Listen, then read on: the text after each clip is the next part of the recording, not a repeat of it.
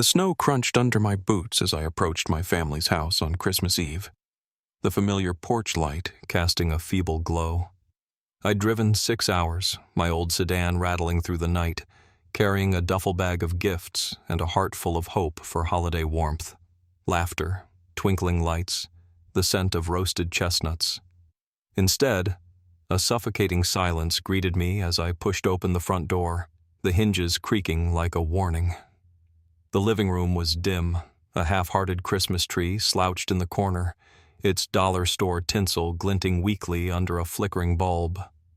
No voices echoed, no wrapping paper rustled, no aroma of gingerbread or pine filled the air, just the faint, lonely scrape of a spoon against porcelain.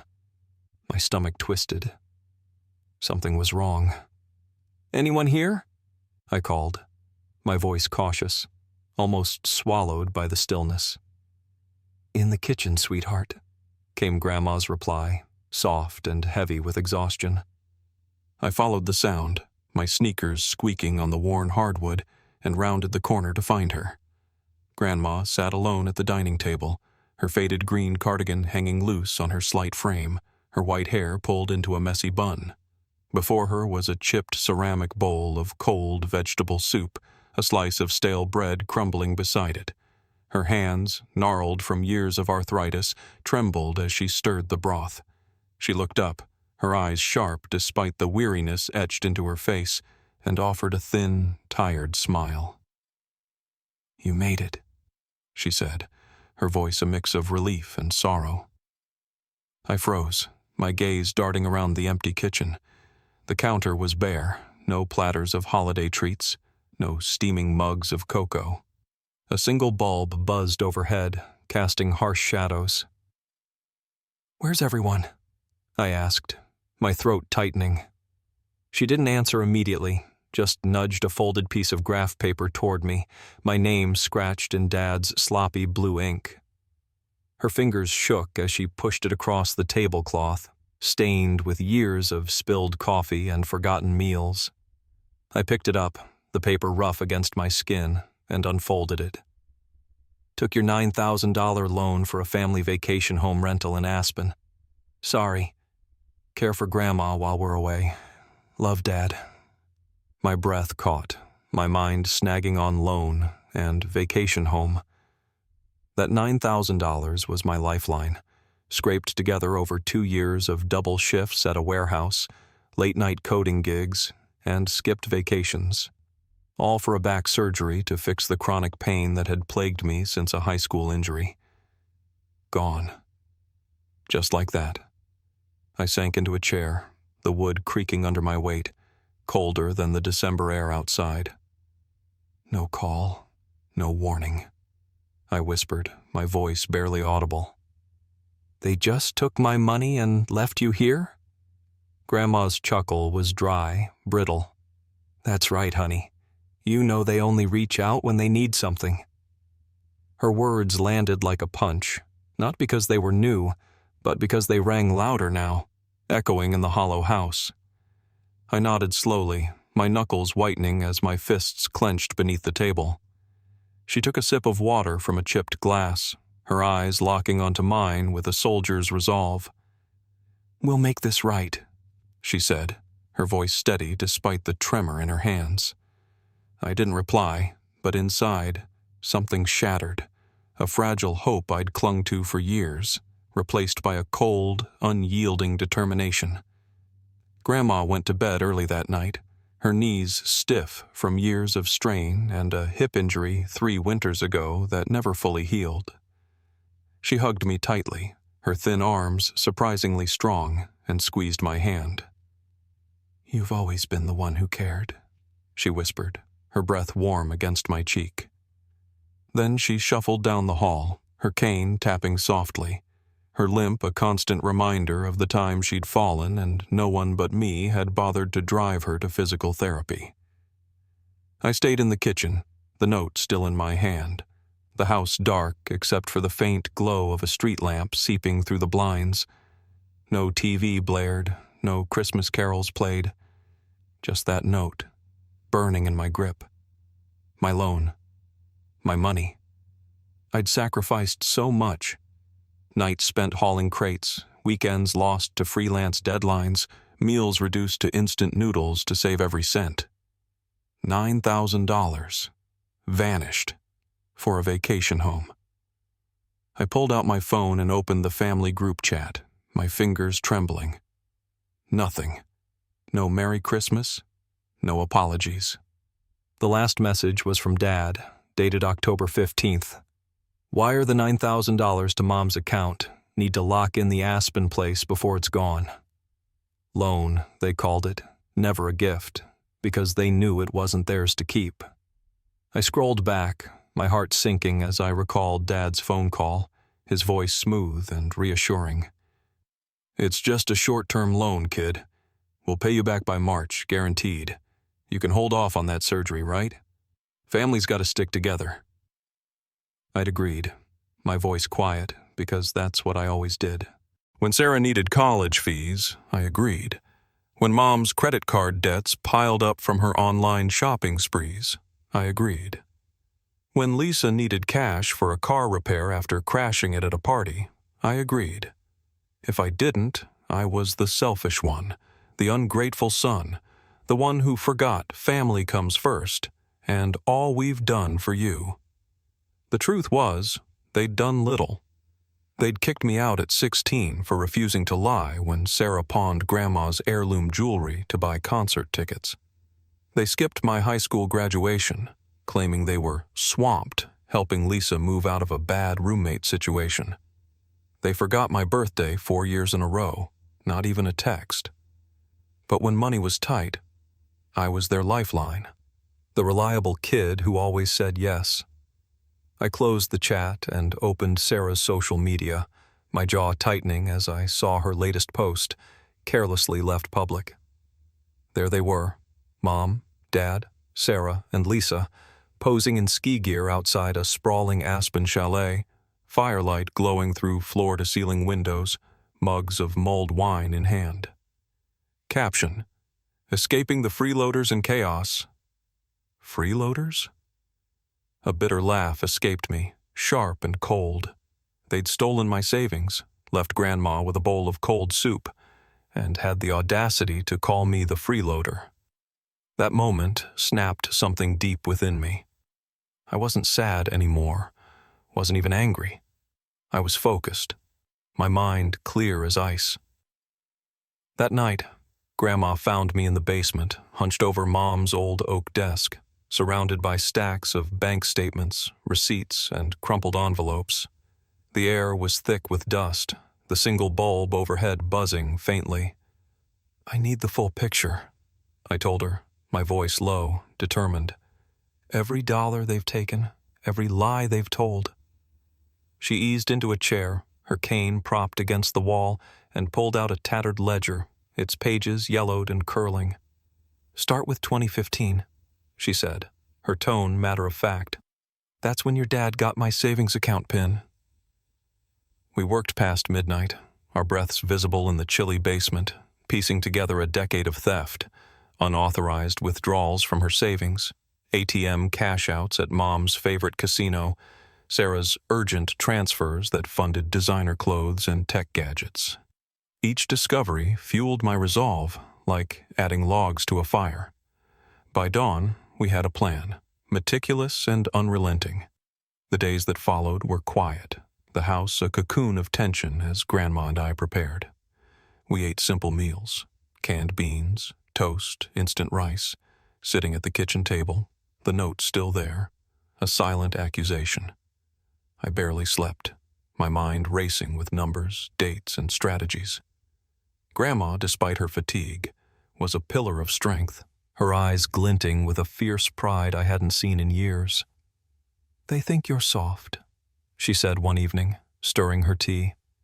But you're stronger than all of them. Her words settled into me, a quiet affirmation that I wasn't just fighting for money. I was fighting for us, for her dignity, for my own worth.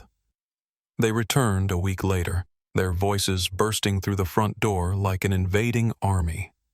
Sarah led the charge, lugging a monogrammed leather duffel, her hair freshly styled, earrings catching the light as she complained about the chalet's spotty Wi-Fi. Mom followed, her silk scarf trailing, her heels clicking on the floor as she snapped, "Did you even dust this place? It's a pigsty." She kicked Grandma's knitted scarf aside, treating it like trash. Dad trudged in next, his face flushed from days of rich meals and wine, muttering, "Still here, huh?" as he glanced at me.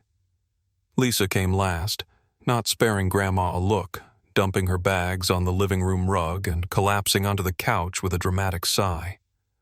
I sat at the dining table, hands clasped, my face a mask of calm. The air felt charged, like the moment before a storm breaks. "Where's dinner?" Mom demanded, scanning the kitchen as if she still ruled it. "Fridge," I said evenly. "Plenty of that soup you left." Lisa snorted, scrolling her phone. "Still whining about that? Just get delivery, man. You're not broke." Her words dripped with mockery, but I didn't flinch. I'd spent days preparing for this, and their arrogance only sharpened my focus. "Sit," I said, my voice low but commanding. "I've got something to show you." Lisa smirked but flopped into a chair. Dad cracked his neck, his impatience palpable. Sarah fiddled with her phone, barely paying attention. Grandma sat across from me, her hands folded, her silence a steady anchor.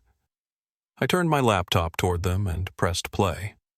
A spreadsheet filled the screen, its rows and columns a damning ledger Grandma and I had built over 3 sleepless days, every cent siphoned from her savings account, every cash withdrawal at Mom's casino haunts, every emergency payment Sarah requested that went to handbags, smartwatches, and concert tickets. The numbers glowed in stark black and white, a testament to their greed. Mom's eyes narrowed, her voice sharp. "Where the hell did you get this?" "Her bank," I said, unflinching. "You should have changed your pins." I clicked to the next slide, screenshots of transactions, logins from Dad's tablet, timestamps matching Mom's gambling trips. Then, text messages between Mom and Sarah, their words searing into the room.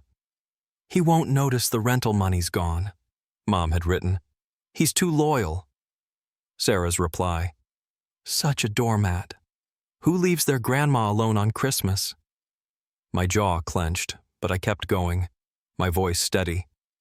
"I could stop here," I said, "but I won't." I played an audio file and Beth's voice filled the room, trembling with guilt. Lisa's girlfriend recorded 2 nights ago on our doorstep. "I told Lisa we shouldn't go. She said if you didn't pay, they'd ditch Grandma and deal with it later. I can't keep lying for her. I'm done." Lisa leapt up, her chair scraping the floor. "You recorded my girlfriend? That's a crime." Her voice cracked, but I met her glare. "She asked me to," I said. "She's tired of your lies, of you draining everyone dry." Dad stood, his face purple with rage. "You little traitor," he growled, stepping toward me. I didn't move. "No," I snapped, my voice cutting through his. "I'm done being fleeced." I opened a drafted email, the subject line bold, "Report of Elder Financial Exploitation." The recipients listed were a gut punch, elder abuse hotline, Grandma's attorney, the county advocate, 2 local newspapers with a knack for exposé. 48 hours, I said, my tone icy. "Return every penny, or I send this, every single file." Sarah's hands shook, her phone forgotten. "You're bluffing," she stammered. "You'll ruin your own family." "You ruined yourselves," I said, leaning forward. "I'm just the debt collector." Grandma rose, her cane steadying her, and stepped to the table's edge. Her presence commanded the room, her voice like tempered steel. "I raised you 3, she said, her eyes boring into Mom, Dad, and Lisa. "I fed you, clothed you, wiped your tears. When my hip broke, when I couldn't walk, you left me with stale bread and canned soup while you partied on stolen money. You're lucky it's him holding you accountable, because if it were me alone..." She trailed off, but the silence was deafening, her unspoken threat heavier than any words. The room froze. Dad muttered something unintelligible and stormed out, the door slamming behind him. Sarah sobbed, reaching for Grandma, but Grandma stepped back, her face unyielding. Lisa glared at me, her voice low. "You're not family anymore." I grinned, a cold, liberated smile. "No, I'm finally free." They didn't believe I'd follow through. They never did, banking on the kid who always caved, who paid their bills and swallowed their insults. But that kid died the moment they spent my $9,000 on a chalet's hot tubs and catered feasts. The first 24 hours passed in eerie quiet. No texts, no apologies. Grandma and I sat in the kitchen, eating instant rice from mismatched bowls, the silence broken only by the hum of the fridge. We took turns checking the bank account, refreshing the page on my cracked phone screen. Nothing. Grandma's hand rested on mine, her touch grounding me. "They'll crack," she said, her voice calm but certain. I nodded, my resolve hardening. On day 2, I sent the email. Every file, every screenshot, every audio clip, time-stamped and organized, went to the elder abuse hotline, Grandma's attorney, the county advocate, and 2 newsrooms known for digging into local scandals. I hit send at 3:42 p.m., my fingers steady, my heart pounding but not with fear. With clarity. At 6:47 p.m., a reply came from the hotline. "Thank you for your submission. An investigation has been opened." I showed Grandma, and her lips curved into a small, fierce smile. "Good," she said. "Now they'll learn." Day 3 was chaos. Lisa struck first, flooding my phone with 15 missed calls and a barrage of texts. "We didn't mean it. You're destroying us over money? You're tearing this family apart." Mom's message was a masterclass in manipulation. "You're overreacting, sweetheart. Take down the report and we'll talk. Don't do this to your mother." I didn't respond. Instead, I forwarded every message to Karen, my attorney, a sharp-eyed woman who'd been working with Grandma's lawyer since I recorded Beth's confession. Karen read each text with a surgeon's precision, her emails to me curt and professional. "Keep forwarding. This strengthens our case."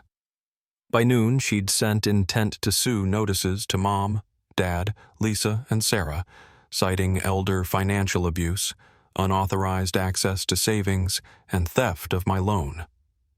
The total owed, with interest and damages, $14,800.22. That night, Mom showed up at the house, her usual polish gone. No silk scarf, no manicured nails, just a haggard woman with tangled hair and dark circles under her eyes. "Can we talk?" she asked, her voice trembling as she stood on the porch, the wind whipping her coat. I leaned against the doorframe, arms crossed. "Got a check?" She flinched, then pulled an envelope from her purse. I opened it, a cashier's check for $9,000. "My loan," she said, her tone defiant. "No interest?" I asked, raising an eyebrow. "You're lucky you got anything," she snapped, her voice rising. "You caused this chaos, abandoning your own mother, turning this family into a circus." I stepped closer, my voice low. "No, Mom. I abandoned a crook." I slammed the door, the sound echoing in the quiet house. Grandma, watching from the hallway, nodded once, her eyes gleaming with approval. The next morning, Sarah called from her office, her voice breaking. A news article had exploded online. "Family drains Grandma's savings, abandons her on Christmas. Grandson strikes back. 50,000 shares in 12 hours. The story detailed their theft, my evidence, and Sarah's freeloaders post, now a viral meme mocked across social platforms. Her PR firm, a boutique agency obsessed with optics, fired her that afternoon, citing reputational damage. "You wrecked my life," she sobbed over the phone, her words garbled through tears. "Pay what you owe," I said, my tone flat. "This isn't a negotiation." She sent $3,300 in 5 agonizing installments, each accompanied by a screenshot of the transfer confirmation. I checked every one, offering no leniency, no extensions. Lisa held out longest, her defiance almost admirable. She posted online, doubling down. "My boss doesn't care. This is all fake, a smear campaign by a jealous loser."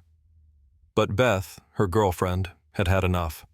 She left Lisa, filing for separation and moving out with their shared furniture. Beth called me that evening, her voice steady but raw. "I'm sorry it took so long," she said. "I saw the article, saw what Lisa did. I can't live with someone who'd steal from their own grandmother." I offered her help finding a new apartment, no strings attached. "Why?" she asked, surprised. "Because you did the right thing," I said. "That's worth something."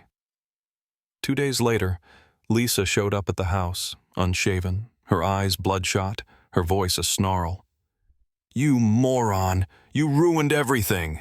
she shouted, tearing up the wage garnishment notice I handed her, the paper fluttering to the ground like confetti. I didn't flinch. "Pay every cent," I said, my voice calm but unyielding. "Or we freeze your accounts." "I don't bluff, Lisa. Ask Mom." She paid $10,500 the next day, a humiliating loan from a coworker, her pride in tatters. By the end of the second week, the money was back. $9,000 from Mom and Dad, $3,300 from Sarah, $2,500 from Lisa, $14,800 total. I sat with Grandma at the kitchen table, the same table where I'd found her alone on Christmas Eve, and laid out the plan. I'd used $3,500 for my back surgery, scheduling it for the following month, the pain in my spine no longer a life sentence. Another $20,500 went to a mobility scooter for Grandma, its sleek frame parked proudly in the garage, and a part-time caregiver who'd help with her daily needs. The rest, $8,800, went into a secure trust for her, accessible only to us, locked behind bank protocols no one could crack. I slid the paperwork across the table, the pages crisp and official. She read them slowly, her fingers tracing the numbers, and then she looked up, her eyes brimming with tears. "They took everything," she whispered, her voice cracking. "But they didn't take you." That moment was bigger than the money, bigger than the legal victory. It was the weight of years lifting, the guilt I'd carried for not being enough, the shame of being the least loved child, the exhaustion of always saying yes to their demands. I'd spent my life bending, shrinking, apologizing for existing, but now I stood tall, unbowed.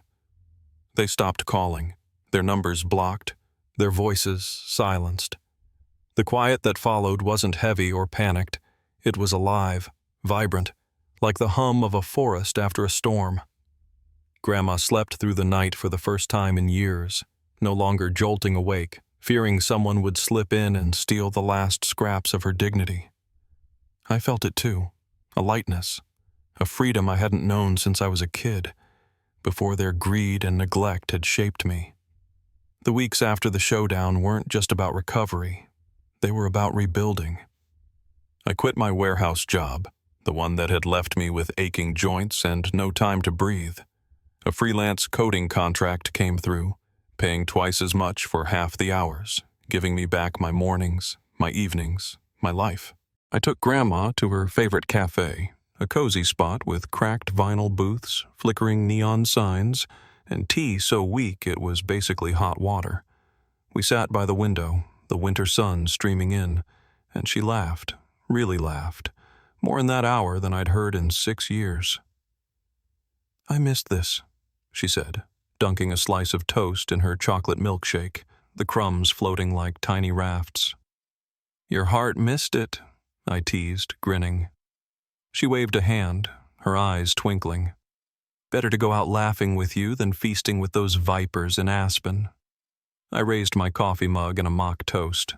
To us, I said. To us, she echoed, and for the first time I believed we were enough. But the ghosts of their actions lingered. They didn't call, but they talked, spinning their version of the truth. Sarah took to social media, posting cryptic messages about healing and forgiveness, sharing photos of herself lighting candles at a church vigil, her face carefully angled for sympathy. Mom spread word to distant cousins, painting me as a manipulative schemer who'd preyed on Grandma's frailty. She conveniently left out the part where she'd siphoned Grandma's savings to pay for a facelift, her vanity funded by betrayal. Lisa went full meltdown, uploading a rambling video about toxic kin, complete with dramatic music stolen from a TV show, casting herself as the wronged hero of a fallen dynasty. Her caption, "Some want you to fail instead of thriving together." I laughed so hard I nearly choked on my coffee. "Thrive with you?" I muttered to my empty apartment. "You tried to bury me and dance on the ashes." They wanted to rewrite history, to paint themselves as victims. But I had the receipts, literal and figurative, and I wasn't going back to the shadows.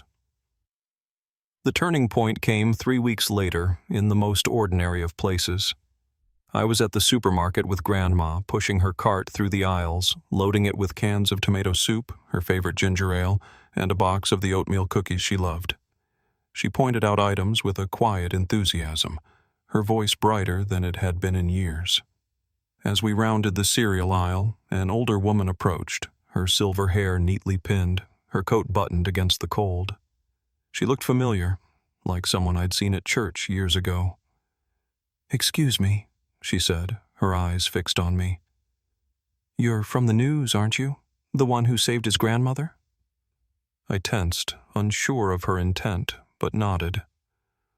"I guess so," I said. She smiled, a warm, genuine smile, and turned to Grandma, then back to me. "I just wanted to say thank you," she said, her voice soft but firm. "For standing up, for not staying silent. My aunt went through something like this. Her kids took everything, and no one fought for her. I wish someone had." She reached out, her hand briefly resting on mine, then walked away, her steps steady but unhurried. I turned to Grandma, who stood frozen, clutching a bottle of ginger ale, her eyes glistening with unshed tears. "I didn't think anyone noticed us," she whispered, her voice barely audible. "They do now," I said, my throat tight. That moment crystallized it for me. This wasn't about the money, the lawsuits, or even proving them wrong.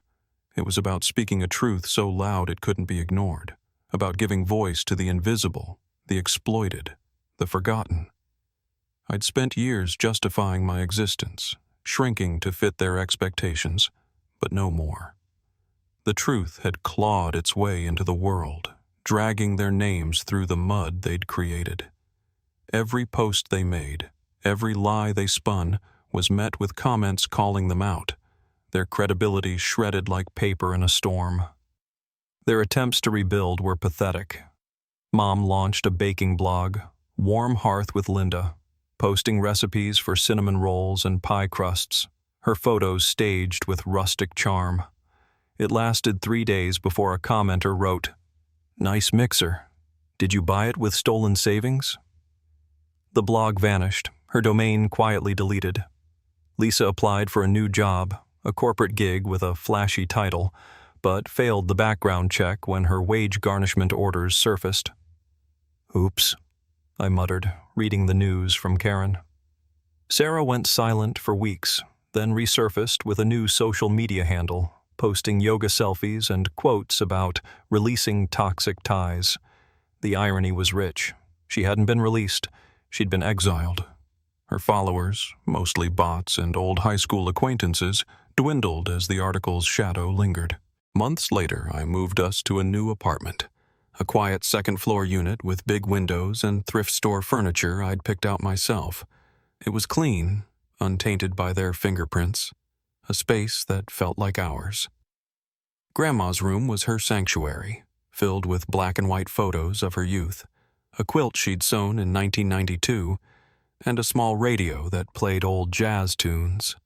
She called it her fortress, her smile wide as she arranged her treasures. My room was simpler, a desk, a laptop, a bed with a second-hand comforter, but it was mine, a place where I could breathe. One evening, as the sun dipped below the horizon, casting golden light across the living room, Grandma knocked on my door. She eased onto the couch, her cane resting beside her, and looked at me with a question in her eyes. "Why didn't you walk away?" she asked, her voice soft but piercing. "When you saw that note, when you realized what they'd done, why did you stay?" I paused, the question sinking deep. Memories flickered, years of being the scapegoat, the fixer, the one who paid and paid and paid. But then I saw her face, the one constant in a sea of betrayal, and the answer came clear. "Because I remembered who I was," I said, my voice steady. "Before they made me forget. Before they convinced me I was worth less than their wants. I stayed because you deserved better, and so did I." She stared at me, her eyes shining, and nodded slowly. "I'm proud of you," she said, her words simple but heavy. That broke me more than any insult they'd hurled, because it was true, untainted by their manipulation. Her pride was a gift, one I carried like armor. Weeks later, I ran into Beth at a coffee shop, her face brighter, her posture lighter. She was taking night classes, working toward a teaching certificate, building a life free of Lisa's chaos. "I didn't know I could live without dread," she said, stirring her latte. "Every day with her was waiting for the next lie, the next scam. You showed me I could walk away." I didn't know what to say, the weight of her words settling into me. She leaned closer, her voice earnest. "You didn't just change your life," she said. "You changed mine, too." I nodded, a quiet acknowledgement, and for the first time, I believed it. I hadn't just fought for me and Grandma. I'd lit a spark for others, a reminder that truth could cut through even the thickest web of deceit. My family? They burned their own bridges, their names synonymous with greed in our small town. Mom's social circle shrank, her invitations to book clubs and potlucks drying up. Lisa bounced between dead-end jobs, her bravado no match for the legal stains on her record. Sarah, ever the chameleon, tried reinventing herself in a new city, but the internet's memory was long, her past a shadow she couldn't outrun. Me? I stopped chasing their approval, stopped begging for a seat at a table they'd never set for me. I built a family with Grandma, with Beth, with the strangers who thanked me in passing, their gratitude a quiet validation. I sleep with the lights off now, the darkness no longer a threat. They took everything, or thought they did, but I took it back, and with it, I took myself.